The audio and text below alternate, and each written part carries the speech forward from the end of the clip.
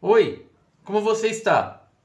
Eu me chamo Felipe Labruna, sou doutorando, mestre e graduado em Direito pela PUC São Paulo, sou professor universitário, escritor e também pesquisador. O lema deste canal é disseminar o conhecimento, incentivar a leitura e promover a cultura. E aqui, mensalmente, me proponho a analisar clássicos da literatura filosófica. Hoje, em maio de 2025, eu trouxe este livro aqui para você. O Desespero Humano, também chamado de O Sofrimento Humano, de Soren Kierkegaard, datado de 1849. Enquanto você me faz o imenso favor de curtir este vídeo e também se inscrever no canal, eu vou rodar a vinheta bem rapidinho e já retorno, tá? Até mais!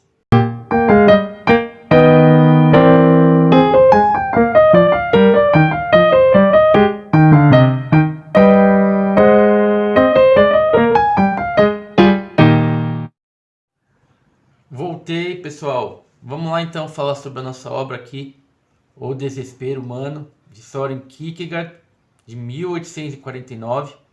Este livro que tem um segundo título que também é Doença até a Morte.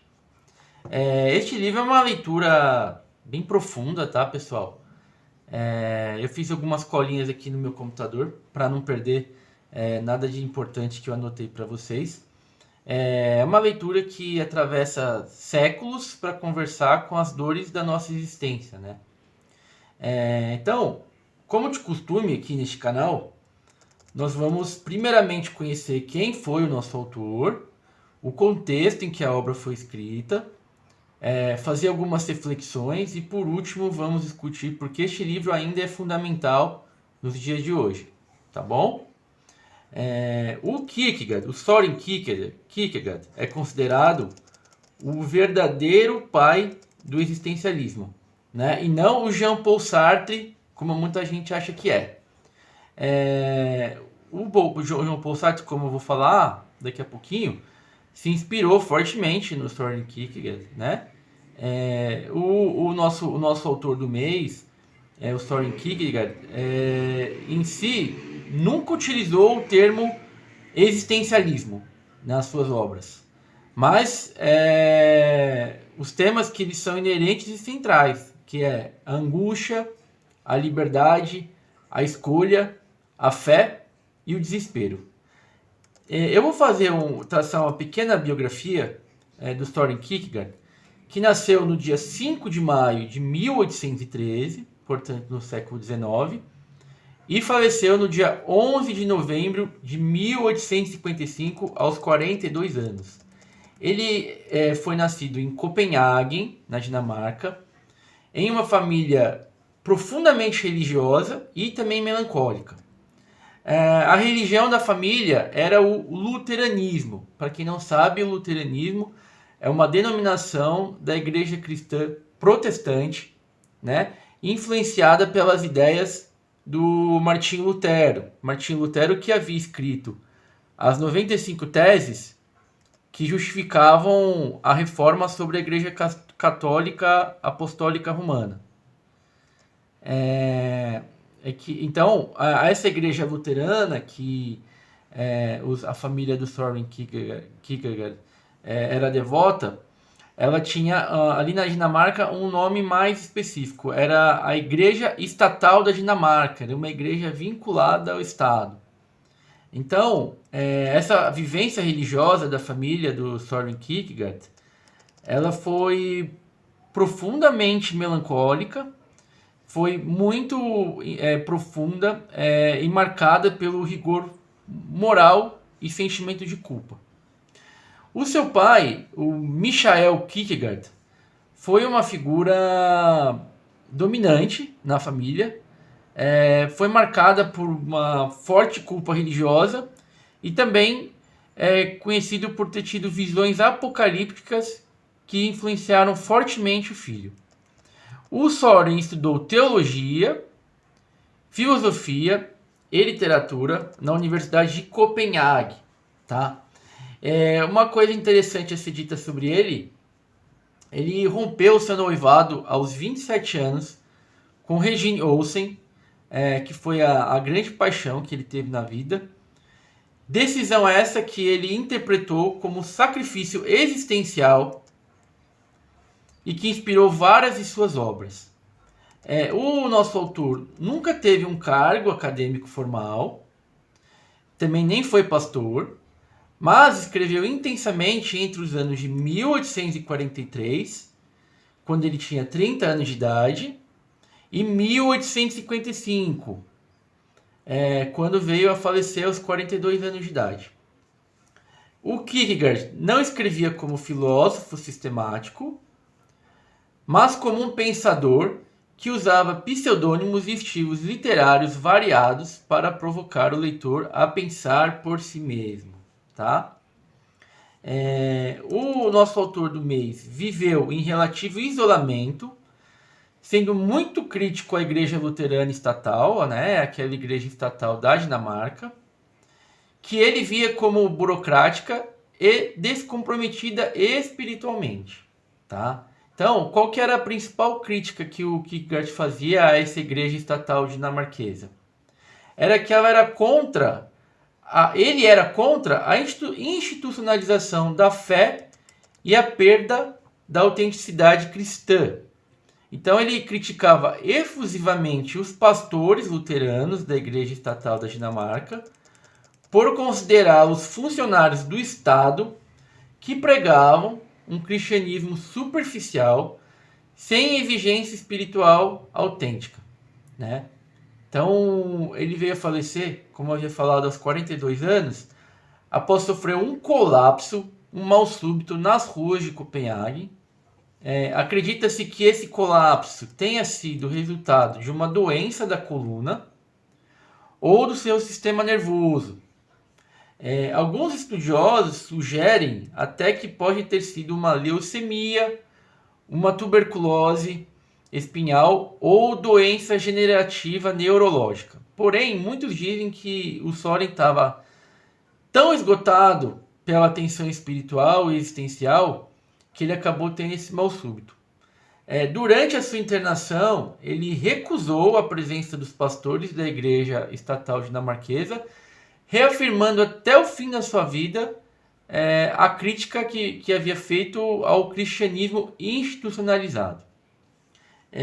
Então, eu queria dizer agora, a falar sobre as influências que o Soren Kierkegaard gerou após o seu falecimento, né? Então, ele influenciou grandes autores. Em primeiro lugar, é necessário dizer que o Kierkegaard é o chamado existencialista cristão, né? Entretanto, seus herdeiros ateus partem da mesma angústia, mas tornando rumos distintos.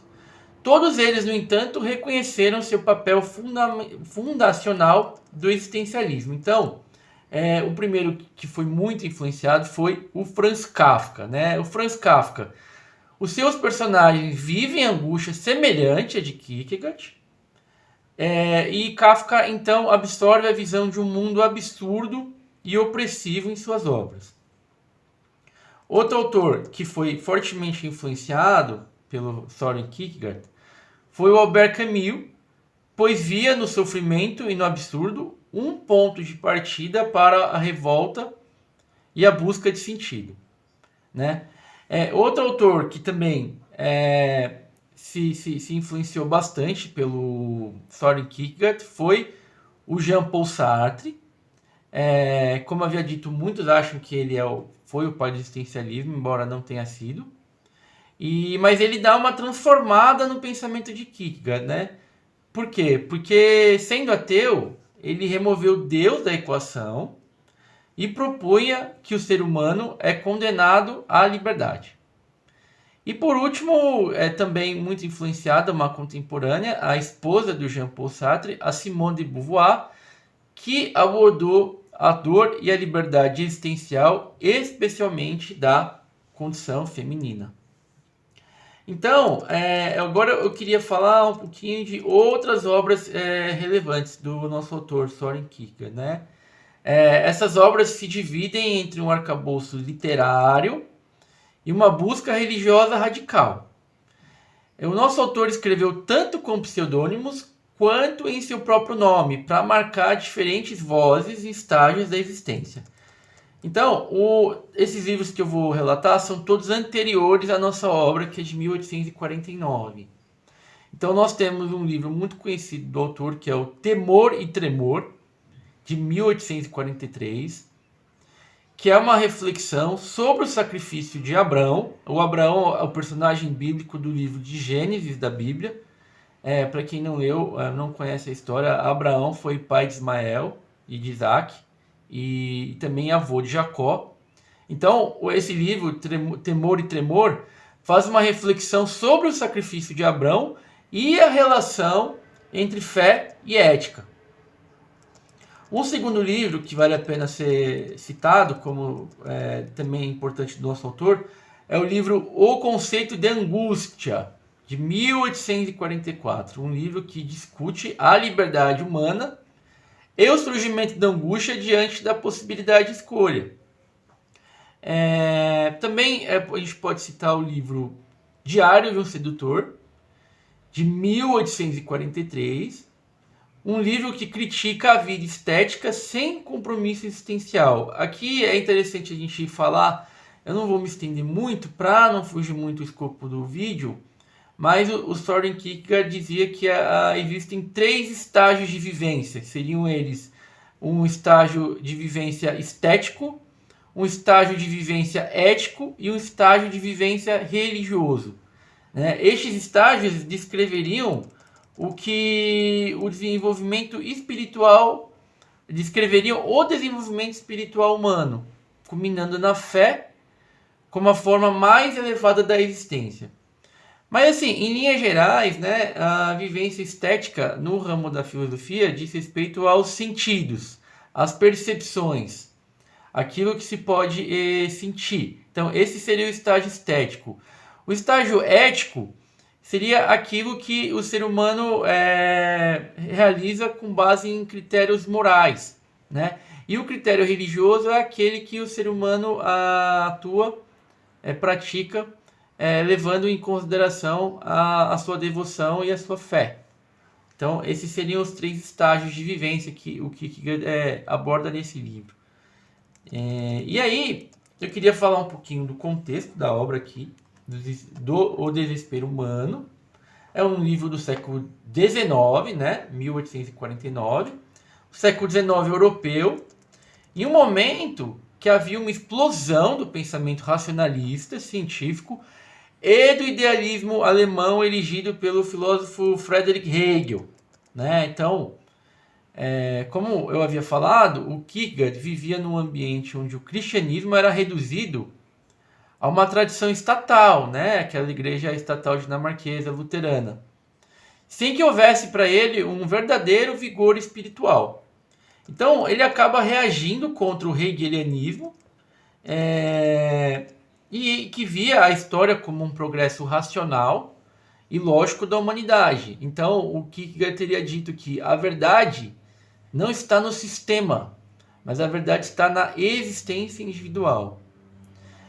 Ao contrário dos sistemas filosóficos totalizantes, ele defendia a experiência subjetiva como caminho para a verdade. Então, aquele seu tempo seria marcado por uma crescente despersonalização da fé. Então, o Kierkegaard ele se rebela contra isso, trazendo de volta o foco à interioridade e ao sofrimento como caminho para o autoconhecimento e para Deus. Só um instantinho, tá?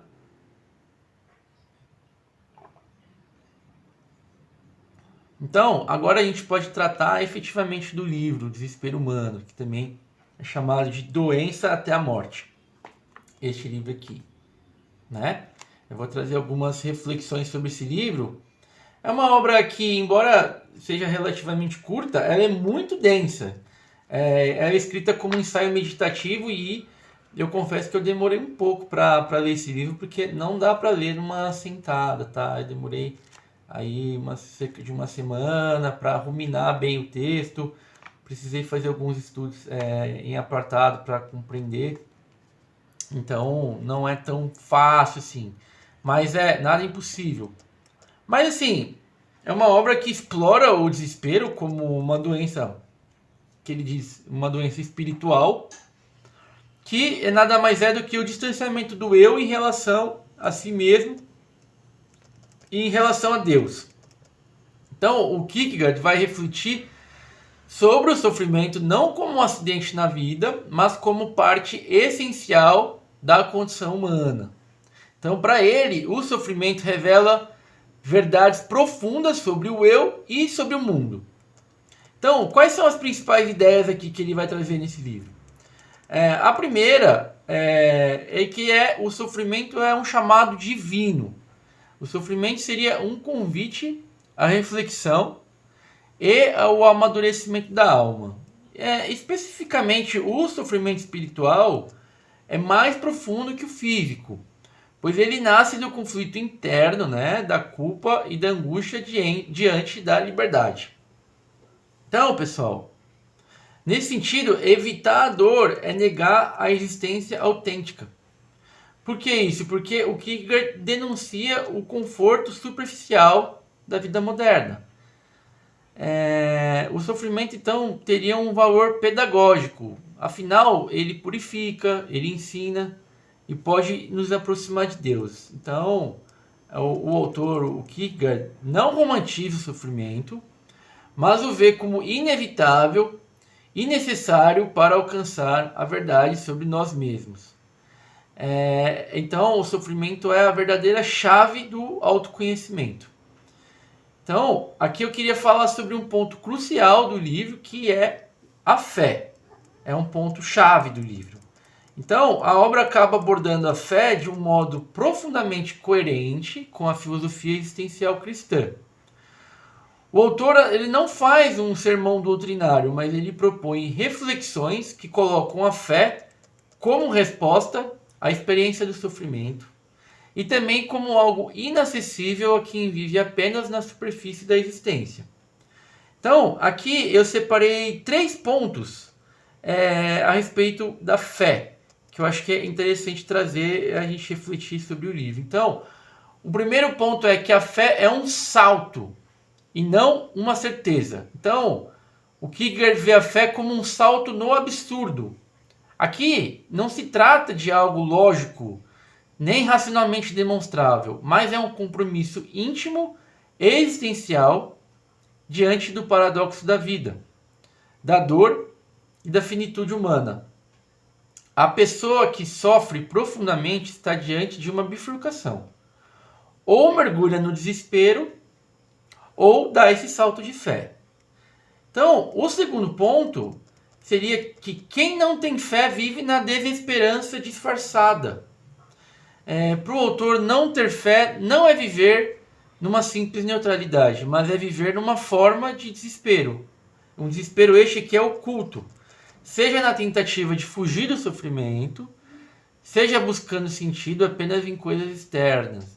Status, prazer, rotina, ideologias. E o terceiro ponto é que a fé é a única forma de suportar o sofrimento sem se perder. O autor, o Kierkegaard, não diz que a fé por si só elimina a dor. Pelo contrário, a fé nos dá condições de enfrentar a dor com profundidade e coragem, reconhecendo que o sofrimento pode ter sentido mesmo quando não é compreendido. É sugerido então que quem tem fé não se desespera totalmente, pois confia em algo maior que ele mesmo. Quando a gente reflete sobre esses 3 pontos, a gente entende que a gente percebe que para o Kierkegaard a fé é uma relação pessoal com o absoluto que é justamente Deus, que só pode ser estabelecida com honestidade existencial.